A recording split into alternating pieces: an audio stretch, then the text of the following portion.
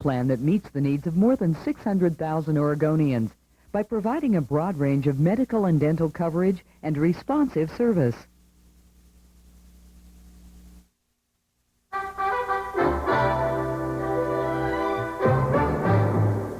Good evening. I'm Robert McNeil in New York. And I'm Jim Lara in Washington. After our summary of the news this Tuesday, we explore the operations side of bringing troops and equipment along with help and mercy to the people of Somalia. And we interview former Secretary of State George Shultz.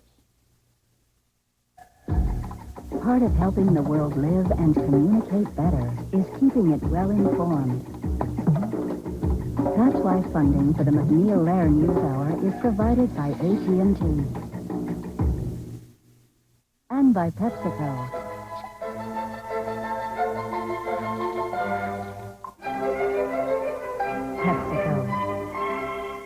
And by the Corporation for Public Broadcasting and viewers like you.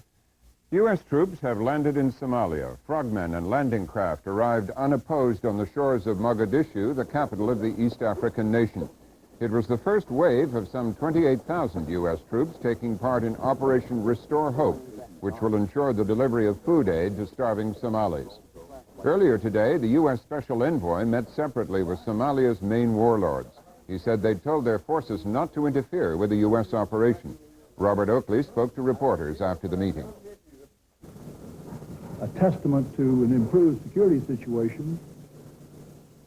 The prices vary a little bit, but they both said that the Kalashnikov 10 days ago was selling at between $200 and $300. Today, it's between $20 and $30 because people don't feel they're going to be using their weapons and they're ready to get rid of them. President-elect Bill Clinton said today the problem of restoring governmental order to Somalia would extend well into his presidency. He said U.S. forces could possibly be involved in a multinational peacekeeping effort with that goal. Mr. Clinton spoke in Washington, where he was holding meetings with congressional Democrats. I have tried to make it clear, and I think Senator Gore has also spoken on the issue, that we believe that this mission has merit and that an artificial timetable cannot be imposed upon it. I respect and appreciate President Bush's desire to see the ground forces out of there by sometime in mid-January, and it may work out that that can be done. Keep in mind, everyone accepts the fact that there will have to be a United Nations presence in Somalia at a greater level than existed before we began to move in there. We'll have much more on the Somalia story after the news summary. Jim? Mr. Clinton also talked about the U.S. economy at his news conference. He said there was no real evidence the recession was over, despite recent favorable economic reports. He said he would still push for a long-term economic stimulus plan and a jobs creation program. Acting Secretary of State Lawrence Eagleburger got a surprise today. President Bush swore him in as Secretary of State at a White House ceremony. Mr. Bush kept it a secret until Eagleburger arrived at the Oval Office for what he thought was a meeting on Somalia. Since the Senate is in recess, Eagleburger can serve without confirmation until President Bush leaves office January 20th. The death toll from religious violence in India rose to 400 today, despite government efforts to stop it. It was triggered Sunday when Hindu militants destroyed a Muslim mosque. The Prime Minister authorized security forces to shoot rioters on sight. The government also arrested fundamentalist Hindu leaders. A Hindu revivalist party called for a nationwide strike in response. The violence has spread to other countries like Pakistan and Bangladesh. We have a report narrated by Richard Vaughn of Worldwide Television News. Thousands of Muslims, angry at the Hindus' action in Ayodhya, formed a noisy and volatile procession towards the Indian High Commission in the capital, Islamabad. Police used tear gas to stop the march short of its target, although the demonstrators were willing to give the police some of their own medicine. This brought an even stronger response from the security forces who used baton charges and even stone throwing in an attempt to control the marches. Despite the violence, there were no reports of deaths in Islamabad. The police arrested several people, and later a delegation was allowed near the Indian mission to deliver a protest note. In Rawalpindi, crowds attacked and destroyed 6 Hindu temples, and clashes were reported in many other provincial towns. At least 11 people were said to have died in Tuesday's widespread violence. Pakistan's Prime Minister Nawaz Sharif added to India's pressure by calling for the Ayodhya Mosque to be rebuilt. Meanwhile, Bangladeshi police placed cordon around the Indian mission in Dhaka on Monday as thousands of Muslims rampaged through the streets of the old city, venting their anger over the destruction of the mosque. Demonstrators carrying sticks and iron bars smashed shops owned by Hindus and gutted a building owned by the Indian government. There were also suspicious fires at 3 Hindu temples in Britain today. One of the temples was completely gutted. It was the second night of attacks on Hindu sites in Britain, where about 350,000 Hindus live. Israel cracked down on the occupied Gaza Strip today. It did so after Arab guerrillas killed 3 Israeli soldiers there yesterday. Palestinians were blocked from entering Israel, and curfews were imposed on major refugee camps. At least 300,000 people were confined to their homes. Israel's foreign minister said it was to prevent suspects in the ambush from fleeing. That attack was claimed by Muslim fundamentalists opposed to Mideast peace talks. Boris Yeltsin offered hardline Russian lawmakers a compromise today in order to save his reformist prime minister. Yeltsin asked Congress deputies to formally approve Yegor Gaidar, who has been acting prime minister since June. In return, he said he would give lawmakers more power in choosing other key cabinet posts. Gaidar is the principal architect of Russia's free market reform process. Gaidar's nomination has faced strong opposition from former communist members of the Congress. A formal vote on it is expected to take place tomorrow during that Congress session. And that's it for the news summary tonight. Now it's on to the logistics of the Somalia operation and an interview with former Secretary of State George Shultz.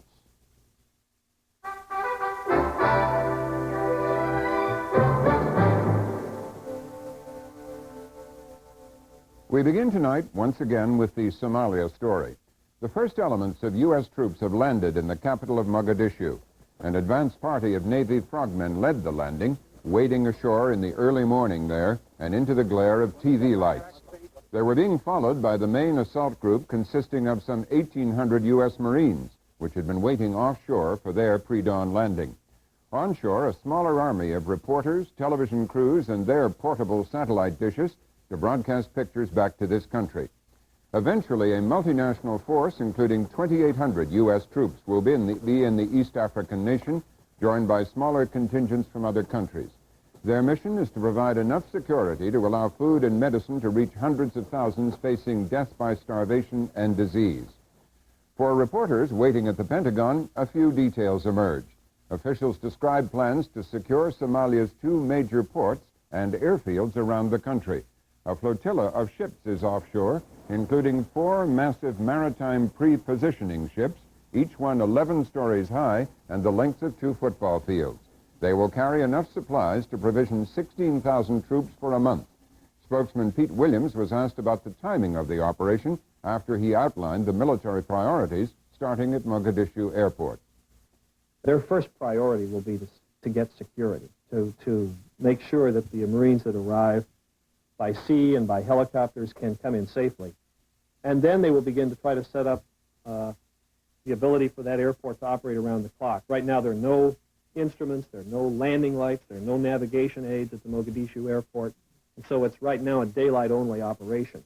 And one of the goals will be to get navigation material set up so they can use it around the clock, because they've got a lot of people to fly in over the next days after the operation starts. Pete, given Storm Norman's great fate during Desert Storm, are there plans, or is it conceivable that there will not be an amphibious landing, that they will vertically envelop by helicopter inland and then come in the other way? I don't know all the details of the operation, but the Marines have the capability to land both by boats and by helicopters, and they may well do both in this operation. I'd like to follow up on the question of But just for a moment, I think for historical context, it needs to be made clear. The reason we didn't do an amphibious landing at Kuwait City was because, partly because of the mine situation, that the waters were mined. There are no mines or any other threat to our troops of that nature that would prevent an amphibious landing. Military sources continue to tell us the most likely time for this operation to begin is first light Wednesday morning Mogadishu time. That would be during prime viewing time for American television. Is there at all a public relations aspect to the timing of this? And I don't necessarily mean that pejoratively, but is part of this idea a show of force and public relations in Somalia as well? I can assure you that the military planners who are planning the operation will coordinate the timing on what makes military sense. Not, they'll do it for military reasons, not to please the Nielsen families. In the case of the Mogadishu airport, it wouldn't surprise me if the operation began before first light. The fact that Mogadishu is 8 hours away from Eastern time is an accident of geography. Why would you want to start in the dark? Because I'm sure that the Joint Task Force Commander and the military planners are going to be eager to get that airport going and to take advantage of every hour of daylight in the first several days when they can't have any kind of navigational aided landings. So in the first several days, the first priority of the military planners is to bring in as many people as they can. And the only way you can do that is to take advantage of every hour of daylight until you get the airport ready to go 24 hours a day. We get 4 views now on the American military mission in Somalia. General Ronald Fogelman is the Commander-in-Chief of the U.S. Transportation Command, which coordinates air, sea, and land transport for the military. He joins us tonight from St. Louis. General William Tuttle is the retired commander of the U.S. Materiel Command. He supervised Army logistics during the Gulf War and Panama. He's now a consultant. Major General Fred Haynes retired from the Marine Corps in 1979. After a Marine career that spanned Iwo Jima to Vietnam, he's now president of the Turkish-American Friendship Council. And Bruce Van Voorst is national security correspondent for Time magazine and a frequent contributor to this program. General Haynes, has there ever been a Marine landing like we just saw with television lights and that sort of thing? Not quite like that, but it's not unlike the landing in Lebanon in 1958 in which we got ice cream when we got ashore. Yeah. So, you know, I mean, we've done all kinds of things. This is a new age, however, in which television and the media play a major role. Why would they go through the Frogman landing craft deal if they were not expecting armed resistance? Why not just fly the troops in on big transport? Sure. I think that was done for purely security reasons, to make sure that there would be no major opposition. I don't think it was done to stage anything. I think really it was done to check things out and to make sure that you're not exposing the troops to undue danger. Yeah. But I think now the business is to get the troops in there and get supplies ashore and move. This is not a Vietnam. It's not an Iwo Jima. It's not even a Lebanon, if I may say so. It is a job to feed people who are starving, and you've got a bunch of renegade brigands who are preventing that. And so I view it purely in those terms right now. Now, General Fogelman, from this point on, once the security part of this, the 1,800 Marines that follow in tonight or morning Mogadishu, Somalia time, then the large groups start coming in, and most of those are going to come in on your airplanes, are they not? That's affirmative. We'll be using a combination of our organic C-141s and some contract airlift to start moving the Marines from Pendleton in so that they can join up with that equipment that's coming off of those maritime positioning ships, and it will be coming ashore through the port. Now, are those troops going to fly nonstop, say, from California? How do you get those Marines on those airplanes from Camp Pendleton, California now to the Mogadishu airport? Well, we'll use a combination of routes to get them in there. We started planning for this operation some time ago, and we started to put our en route structure in place several days ago. We'll use a combination of aerial refueling with the C-141s to take the crews from California into the Middle East for a pre-staging base. We'll refuel the aircraft, take them on into Mogadishu, drop them off, and because of the lack of infrastructure there in the country, we'll try to offload them as rapidly as possible so we can take the aircraft out, refuel them, and recycle them. Now, what is your understanding about the state of that airport? What has to be done to that airport before you can do that? Well, the primary thing that we're concerned about is getting some air traffic control capability in there, and also getting 24-hour operations up and running. The primary things we're going to need there will be airfield lighting and some instrumentation. We have already pre-positioned that material, and we are prepared when the airfield is declared secure to start moving that equipment in and set up that airflow.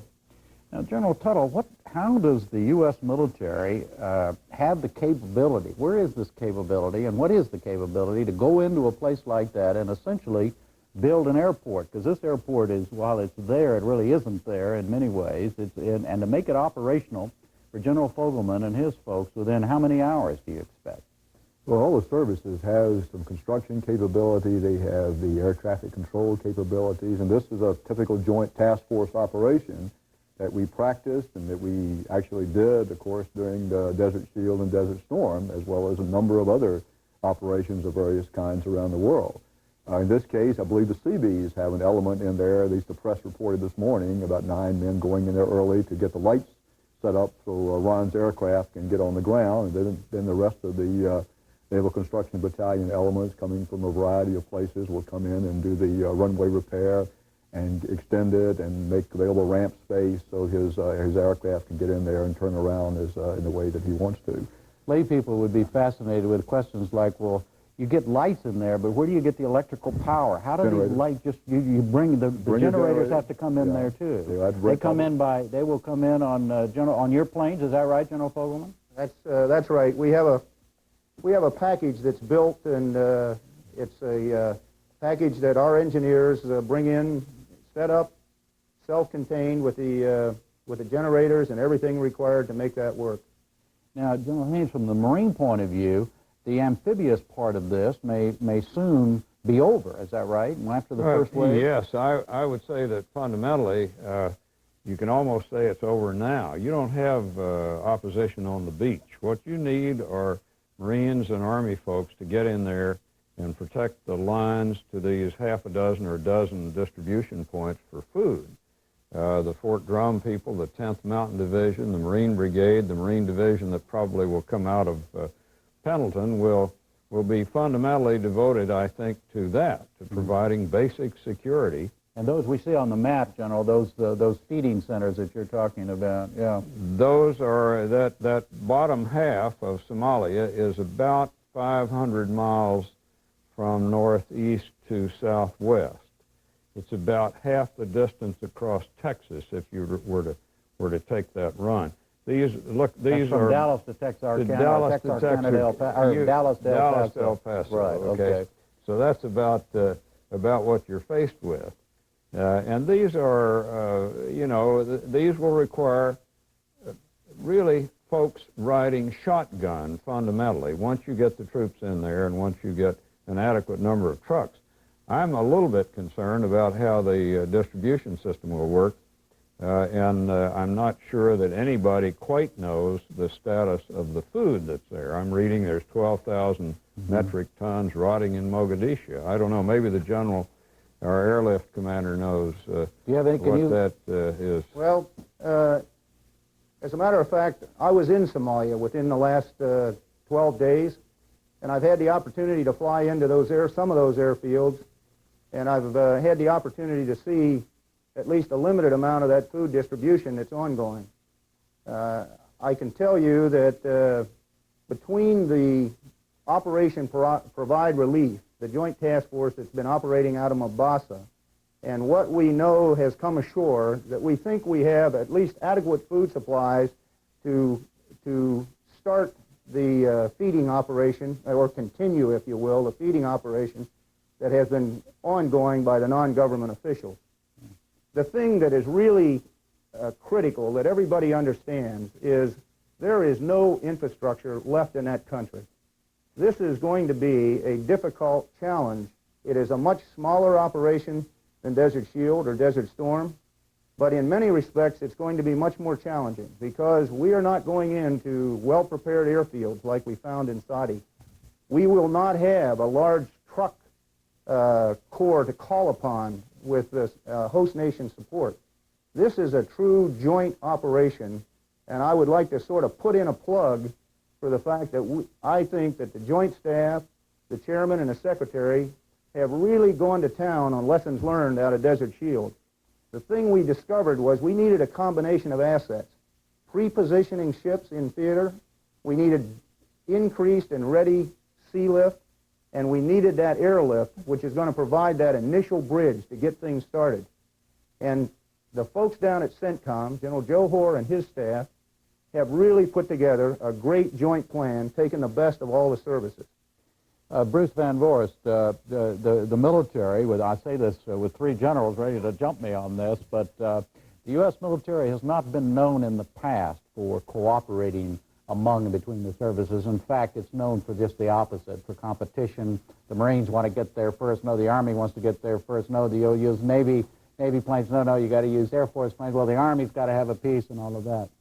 As a reporter looking at this piece of Operation Go Together, what's your impression of how well it's going? Well, I think there's an element, and always has been, in this question of inter-service rivalries. And I noticed that we would get the Marine operation. This time, by the way, we have a Marine general running it instead of General Schwarzkopf, an Army general. But there's a close link. And those things are all worked out in advance, are they not? When the time, rotation, so the that's Marines' turn to run Central Command. Right, that's accidental, and the question of timing. But I did find one thing sort of interesting. Everybody always wanted to get a piece of the pie, and although there's every legitimate reason for having the Marines and the Army both there, I noticed that it was very important that the Navy got its finger in the pie yesterday by sending the Ranger, the aircraft carrier Ranger, which had been in the Persian Gulf. I think it's difficult to find a really serious military reason for an aircraft carrier to be there. It had a great psychological impact. They said that a couple of F-14s flying over Mogadishu today were quite impressive. But I think this was an example of where everybody wanted to have part of the action. But it is true, though, that in this new system, in the new era when the budgets are being brought down, when the base force, so-called, operation is going, and when everybody is really looking at how to save money, I think the services are getting religion, and they are taking more seriously this question of working together. The Navy has this new doctrinal paper called From the Sea, and that emphasizes the cooperation between the Navy and the Marines, which, as you well know, was not always the case. Yeah, I must say that I don't quite agree with Bruce on the idea of the aircraft carrier. I'd like to have one until you can get some good tactical air ashore, not because you're in a big war, but simply because if you have these small forces out with the supply convoys trying to get through and making sure that they're safe, if they get attacked by a renegade band, I'd like to be able to call on some air to get in there. They always want more, though. Oh, right, okay. General Tuttle, the big thing, once General Fogelman's airplanes start coming down and start landing on these airports that have been rebuilt and lit and all of that sort of thing, then the question is, you've got to bring in water, you've got to bring in massive amounts of food, not only for the people who the Somalians, but also the American. We're going to have 28,000 Americans there, plus more from other UN countries. How do you bring water into a country like that? Well, you bring in the water purification units, which are on board some of the prepositioning ships, much like the maritime prepositioning ships, which General Fogelman mentioned, which support the Marine Brigade. But the Army also has ships about 7 days sailing away at Diego Garcia, and they have both food, operational rations, a meal ready to eat, loaded aboard, as well as water purification units. And one of the problems the Army faces is that the units to operate that equipment are mostly in the reserves. Like, I don't think other than training units that we have any active component water purification units. So what they'll have to do is either call up reserve units or either ask for volunteers, much as we did some of both in Desert Shield and Desert Storm. That is a major challenge to get. Has there ever been anything like this before? This kind of operation, I suppose we went into Vietnam early on. It was this similar kind of do-it-yourself, lack of infrastructure. You almost have to bring in. You almost have to bring the outside world in there. You do. You have to bring in food, water, facility for showers, for living conditions, your trucks to support the units that are there, and to set your security system up for both the distribution centers as well as the roads between them. General Haynes, the assumption is that nobody's going to shoot at these troops. I saw a story today, one of the wire stories, from one of the young Marine sergeants who said, well, he's a little bit nervous about being told that because the problem is going to be figuring out who's on our side and who isn't on our side, and by the time you figure that out, you could be dead if you're wrong. Yep. I think what you're raising is the issue of the rules of engagement. And the rules of engagement have been raised with the Pentagon, and I'm not quite sure what they are at the moment, except that when you are threatened, you will be able to fire back. I don't think we'll escape this without some casualties, because you have these brigands, these gangs, really, that you're dealing with, and until they find out that they can't handle what we're facing them with, you may very well have some shooting. What's your reading, Bruce, as to what is the real world expectation? I realize there are a lot of things that have to be said for all the obvious reasons. What's the real world expectation about what's going to happen on the ground? In military operations as well in politics, sometimes it's wiser not to be too clear and to clarify some of these issues. First of all, rules of engagement are always one of the most classified things in an operation. Why? Because it tells, I guess, because it tells the enemy exactly what but wouldn't you want the guys with the guns to know, if you point a gun at me, I'm going to shoot you before you shoot? Now, that much is clear already. I mean, Pete Williams, Secretary Cheney, Powell on the weekend have all made it clear that when fired upon, we're going to fire back. No, but I mean, not fired upon. Oh, sure. Fired upon's all right, but if you point a gun at me, I'm going to shoot you. Well, yes, and also what really is going to be difficult is to decide when we're going to try to disarm them. Now, there's no question, I mean, this whole question of disarming the locals is really going to be sensitive, because in the first instance, when it's a question of anti-aircraft guns or howitzer, they've got a couple of old artillery pieces and stuff, sure, we're going to take that stuff. But the smaller equipment is where it's going to get tough. But see, it isn't just a question of having the arms, because this will, to some extent, determine the political future of the country, because the people who have the guns in the future are going to have the power afterwards. Right. General Fogelman, is there? I realize that you're in no position to release any classified information. I wouldn't ask you to if you would. But is there confusion, do you think, in the minds of the troops and the airmen and everybody else who's involved in this as to what their military orders are and how they're supposed to respond if somebody takes a shot, for instance, at one of your airplanes landing and all that sort of thing?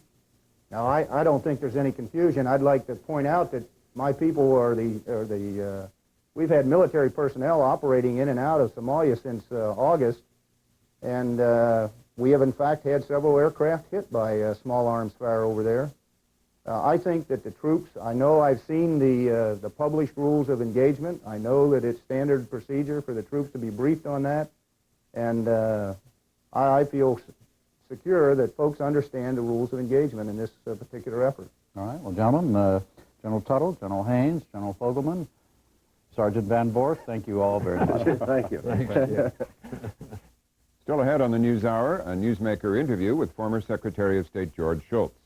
But first, this is Pledge Week on PBS. We're taking a short break now so that your local public television station can ask for your support. That support helps keep programs like this on the air.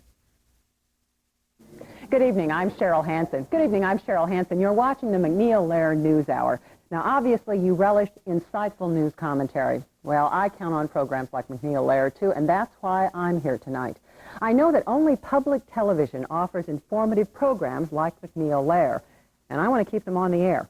How about you? Well, do you know who sustains OPB? It is not big business or a huge foundation. It's you. Folks just like you. Our viewers provide nearly 50% of the budget for our programs. There's our first phone for the evening. I love to hear that sound. So just as you rely on shows like McNeil-Lehrer, we rely on you. We are relying on you to call us right now and make a pledge. I heard that first phone call. I'd like to hear many more. Talk with a volunteer. They're here tonight from the Association of Oregon Recyclers or the English-Speaking Union. Now, I want to tell you about a wonderful premium we have available. It's called JFK Restless Youth. It is hot off the presses. I have one. I guess they're showing you one, but I've got to get my hands on this. This is a wonderful book. I'm told it is the first in a trilogy, and as a member of OPB for a pledge of $150, you can receive this book. What do you need to do? You just need to call us. Dial 245-2345 from Portland, or you can dial 1-800-245-2346 if you are anywhere else in Oregon or southern Washington. Jim? Thanks, Cheryl. I'm Jim Newman. You know how important the NewsHour is to you every night of the week, but you may not know how easy it is to pledge your support.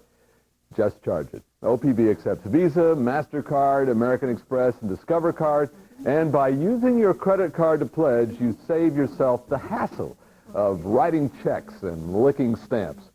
So pull out your credit card now and go to the phone, give us a call.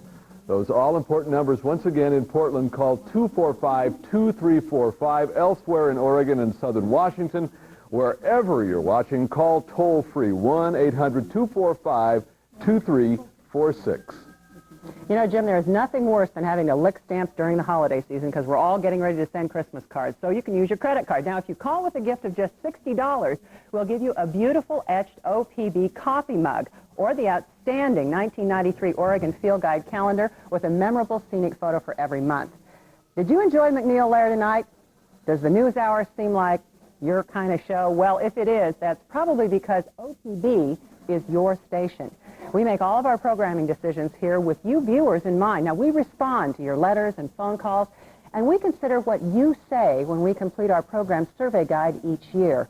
When you become a member of OPB by pledging just $12.50 a month, you make sure your voice is heard even more, and you also give yourself an early holiday gift.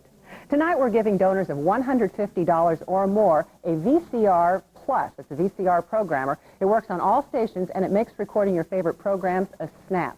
So what do you need to do? Well, you need to give us a call and make a pledge. Our number, again, is 245-2345 if you're calling from Portland, or anywhere in Oregon or southern Washington, you can call us toll-free at 1-800-245-2346. OPB is an outlet for diversity, a place where many voices and visions are experienced. You trust OPB to bring you engaging, challenging, and innovative programs, and we trust you to support them. Funding OPB is a partnership, a collective effort from many sources, but it's individuals like you who keep us going. If you believe in the medley you see and hear on OPB, make it worth your time and your support. Now, that number, again, is 245-2345 if you're calling from Portland, and 1-800-245-2346 if you're calling from elsewhere in our viewing area. And I encourage you to call because when you give to OPB, you voice your support for quality television. You say yes to informative programs like McNeil Lehrer. You say yes to our entertaining comedy and nature shows. And you say yes to the OPB educational programs that reach students all over the state. Do you want to say yes? Well then, give us a call. There are a couple of ways that you can make your pledge to OPB. You can use your credit card, or you can use our direct support plan. Now, if you do this, your pledge will be automatically transferred from your checking account each month. That's pretty easy. You'll never even have to write a check. That's great. Now, our number again is 245-2345 if you're calling from Portland, and 1-800-245-2346 if you're phoning us from elsewhere in Oregon or anywhere in southern Washington. Folks, we've all taken our swipes at public television's fundraising over the years, including myself, but it's no laughing matter. I've been a member of public television's family for over 16 years, and no one knows better than I just what an important part it plays in our lives. I mean, where else can a comedian like myself come into your homes and totally shatter your illusions? So remember, when it comes to support, it has to be you. It has to be you. Get up from your chair and prove that you care. Your call will get through.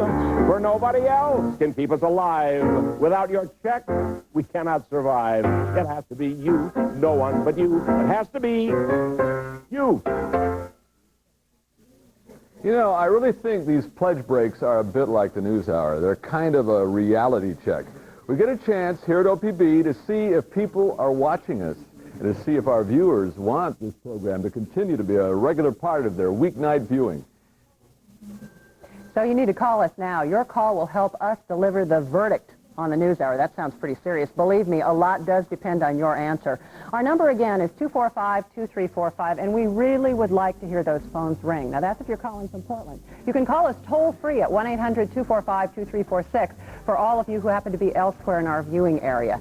Please, call in your pledge. Now we'll go back to the NewsHour.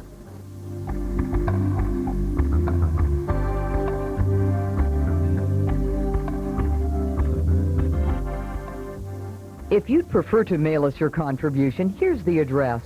Oregon Public Broadcasting Foundation, Post Office Box 4373, Portland 97208. However, if you'd like to call in your contribution, our phone volunteers will be glad to take your pledge. In Portland, 245-2345. Elsewhere in our viewing area, 1-800-245-2346.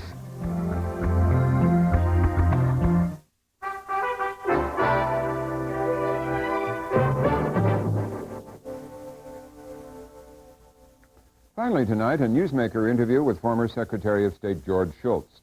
In a speech delivered last night to the International Rescue Committee, Secretary Shultz said the United States should be ready to use force to stop the killing in former Yugoslavia. Mr. Shultz thus added his voice to those of former British Prime Minister Margaret Thatcher and former President Reagan, who have called for Western military action in Bosnia. Mr. Secretary, thank you for joining us. Could I ask you first, what do you think of the U.S. operation in Somalia? Is that a good use of American military power?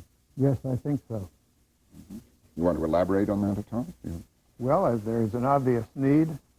We have gone through the United Nations and with the United Nations. We're there with other countries, but we are giving leadership, and it's clear that nothing seems to happen unless we give leadership. It looks to me as though the military is very well organized, very competent to do this job. The task is defined. And I think it's something that we as Americans can be proud of. We're reaching out to help. Should we take it from your remarks last night in New York, you believe the United States should be taking similar leadership in the Bosnia situation? Many of the conceptual bridges have been crossed in the Bosnia situation. For example, the United Nations has said in its Security Council resolutions that the Serbs should not be able to use the skies. We have started a process of identifying human rights violations. We see that there is a problem there, but I think that we must go further and follow through on the undertakings we've made. I view your program and other programs and read what's going on, and it brings in me a sense of fury about what's taking place. The problem, of course, is a humanitarian one. People are being killed senselessly. Hospitals are targeted, not just hit. I sat last night at the dinner you mentioned to a wonderful nun who told me about the thousands of young girls who have been raped and are pregnant, and she says, I just don't know what to tell them. So you have a sense of fury at what's taking place. But I think it goes further than the humanitarian aspects. The next time you do a program on Bosnia, I would suggest that you start by showing some films of Bergen-Belsen or Auschwitz, because the message is the same. What does ethnic cleansing mean? It goes right back to what Hitler did. And when we say, never forget, never again, what are we talking about? What is it that we shouldn't forget? Of course, the Jews in Germany. And of course, what can happen if anti-Semitism gets out of hand. But more broadly, we're saying, when forces of intolerance go wild, you get a result that is basically intolerable. So if we say never again, it means we say we shouldn't stand for that. And I think beyond that. The most difficult problem in the world today, not just in parts of the world that you've been showing recently, well, you showed pictures of India. I think the most difficult problem in the world today, including in the United States, is the problem of governing over diversity. And one of the tragedies that we see unfolding is that Sarajevo was a city where people of diverse religions and backgrounds were living in reasonable harmony, and that's been smashed. We had the two newspaper editors, the editors of the newspaper that continues to survive, which has in its staff members of the different ethnic groups, and they say they want to keep on going as an example or to demonstrate that the former society of Sarajevo can work, which the Serbs, of course, deny. Yes, and it's so important that we face up to the fact that this is a world with diversity. There is a kind of irreversible intermixing of diversity, ethnic, cultural, religious, linguistic, and so we have to learn how to govern over it. But up to now, the Bush administration, which is still the administration until January the 20th, has been saying all the things you say, but that to get militarily involved would result in the United States getting bogged down in a situation there. That then they cite the difficulties of the Germans trying to occupy Croatia during the Second World War, and how many German divisions were held at bay by small numbers of partisans in the mountains. You know all the reasons why the administration has said it would not be good for the United States to become involved militarily. Well, becoming involved militarily does not necessarily mean putting troops on the ground. Again, last night at the dinner that I attended, the man who is defending or in charge of the defense of one of the cities, Monstar, was present. And he said, he was asked, why was he there? He's a famous soccer player. He can be playing soccer anywhere he wants. He said, a man who won't defend his own home doesn't deserve one. And I'm here to defend my home. And why won't you let me have any weapons? So, in the Reagan years, we called people like that freedom fighters. Okay, and we supported them. So let's support them. Let's get specific on that. The United Nations sanctions at the moment prohibit, against the former Yugoslavia, at the moment prohibit Bosnia importing arms that could be used to defend itself against the Serbs. You would want to go to the United Nations and change that resolution to make an exception, would you? Yes. Mm-hmm. So that would be one step. That's one step. Yeah. That doesn't involve enmeshing United States troops. Right. It involves saying to people who want to defend themselves and defend their freedom, yes, we'll help you. Okay. What other specifics do you propose? Well, we have said, the United Nations resolution has said that we should take control of the skies. What has been set out by the United Nations Security Council is not being observed. So, some 100 Serbian flights have been reported since that resolution was passed, I believe. Right. Furthermore, there have been all kinds of violations of every ceasefire that gets negotiated. So, what can we do about that? We can handle that. Those are identifiable missions. They're doable missions by our Air Force and our smart weapons. And we can cause them not to be able to fly. And if they insist on flying, we can take out targets on the ground. And we can identify where there are arms caches and where there are military command headquarters. And those can be hit so that we get their attention and we say that if you insist on trying to demolish Bosnia by force in the cities and take them, you meet resistance. So, since these things have been discussed for many months now, they've been proposed a long time ago, and nothing has happened, would you propose the United States, as it has in Somalia, taking the lead and saying to NATO, either you guys do it, or we're going to do it with U.S. planes? Or how would you propose doing it in a practical sense? I think that in this world, and desirably so, you have to do things in partnership. It's right to do things in partnership. It's also, I think, been pretty well demonstrated that there is a leading partner. When on your part of your program that was shown, that's what President-elect Clinton said. There is a leading partner. It's the United States. That's where we are. So we have to be ready to step up to this. As it happens, if the UN Security Council were to decide to take further action, and NATO were willing. It's a mission that NATO could carry out. It's there. It has a command structure, and it has military assets that can do the job. It has bases and so forth. Whether the countries involved would be persuaded, I don't know. But at any rate, it seems to me that's the kind of leadership that we should be taking.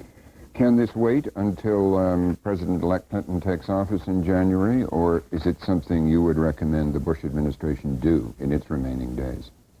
The situation is deteriorating. You show that on your screens. It doesn't go to our electoral or governmental change calendar. But I don't think that's all that should be done. Another thing that's happened is that the United States has, and other countries have, responding to the UN Security Council, given evidence of violations of human rights. And there are many examples. And I think that we should be establishing, perhaps through a kind of case law here, a personal accountability for leaders who encourage such things. How would you do that in a practical sense, so that they knew that they were being held accountable? UN resolutions are passed, and then I think they have to be followed up on. I'll give an example. There was a UN resolution passed during the Iraq-Kuwait war that we were in that called for countries to bring in evidence, and that was done. And when the war was over, so far as I can see, the whole thing has been dropped. Every once in a while, I see somebody come out to California from New York or Washington or somewhere, and I say, whatever happened to that? I just draw a blank. Why don't we follow up on that? Saddam Hussein is a war criminal, and he should be held to account. Now, lawyers will say, well, you're going to go and get him out? Well, at least you can indict him, and you can bring this evidence. And you can do the same with leaders in the old Yugoslav situation, so that you establish a pattern of accountability that's personal. And then I think we also should be prepared to put forward the possibility of something constructive and establish a UN commission or some other form of trusteeship or something that says in the situation, here is a way out. Here is a way of trying to resolve differences. There are very great differences, but at least a way to get on with the job of trying to resolve them, and combine that with an effort to help people with the reconstruction that they must get on with at some point, so that you don't just try to stop negative things, but you try to get people thinking in more positive terms. Are you disappointed that the United States has not exercised this kind of leadership up till now in Bosnia? Well, the United States has done things, and I am not involved at all. I don't know all of the considerations, but as I look at it, I have, as I've said, a sense of fury about what's going on, and I try to connect what I feel in my gut to what I go through my head. And I had an opportunity to, I've spoken about it privately and I've given my views in, but I had an opportunity to speak to a larger audience last night, so I decided to sound off. Are such actions as these, using force for humanitarian purposes, going to be a major part of the definition of the U.S. role in the new world after the Cold War? Well, let me add to what you said. In my opinion, in Bosnia, we're talking about humanitarian purpose, but not just humanitarian purposes.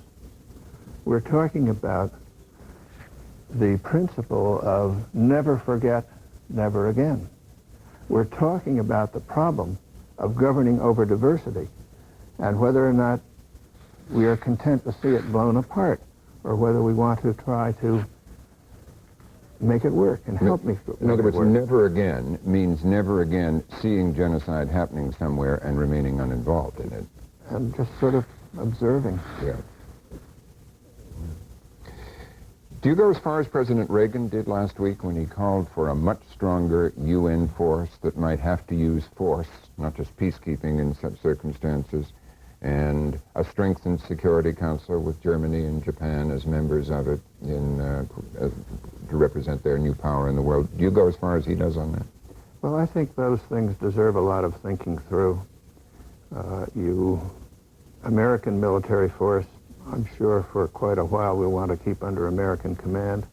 I sympathize with that. It's clear that Germany and Japan are major powers in the world.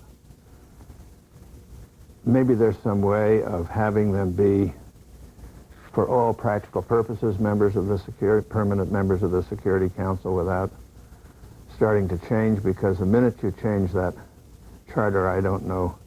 India is the largest democracy in terms of population. Brazil is a huge country, and so on. And I don't know quite where you stop. So it, I think, takes some thinking through and negotiating and so on. But that shouldn't prevent us from going to the Security Council as it exists and saying, here is this outrageous activity. We've done that. And the Security Council agrees, and as I've said, they've crossed the conceptual bridges that we should be intervening, but we haven't crossed the bridge of having the commitment to do something about it. Let me ask you one final question about Mr. Bush before he leaves office. It's been suggested that Caspar Weinberger, your former colleague, who now faces trial on charges that he lied to Congress about the existence of notes he took during the Iran arms for hostage deal. And there have been suggestions by some Republicans that Mr. Bush should pardon him. Do you have a view on that? Well, my view is that Cap Weinberger, as did I, opposed the Iran arms sales, the mixing them up with the hostage question, and he did so throughout. So it's an irony that somehow, after all these years, he is the one in the dock. He was opposed to this whole thing. Furthermore, Cap Weinberger has given tremendous public service over a long period. In California, he's well remembered now for all of the different kinds of things he did. I have to ask you to abbreviate this answer because I'm confused. And in Washington, in 3 cabinet posts and other ways. I sent him a letter after Desert Storm and said, thank you, Cap. The military force that you put together with President Reagan is what accomplished this result. So this is a man who has done a tremendous amount for our country. He's a guy that I had lots of arguments with and disagreements with, but he's a distinguished public servant. I have to end it there. Sorry to interrupt you. Thank you very much for joining us.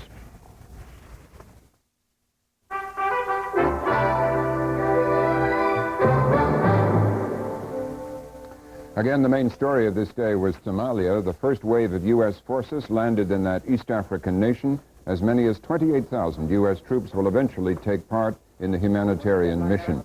Governor Clinton said the problem of restoring order in Somalia could extend well into his presidency. Good night, Jim. Good night, Robin. We'll see you tomorrow night. I'm Jim Lara. Thank you and good night. Funding for the McNeil-Lehrer NewsHour has been provided by PepsiCo.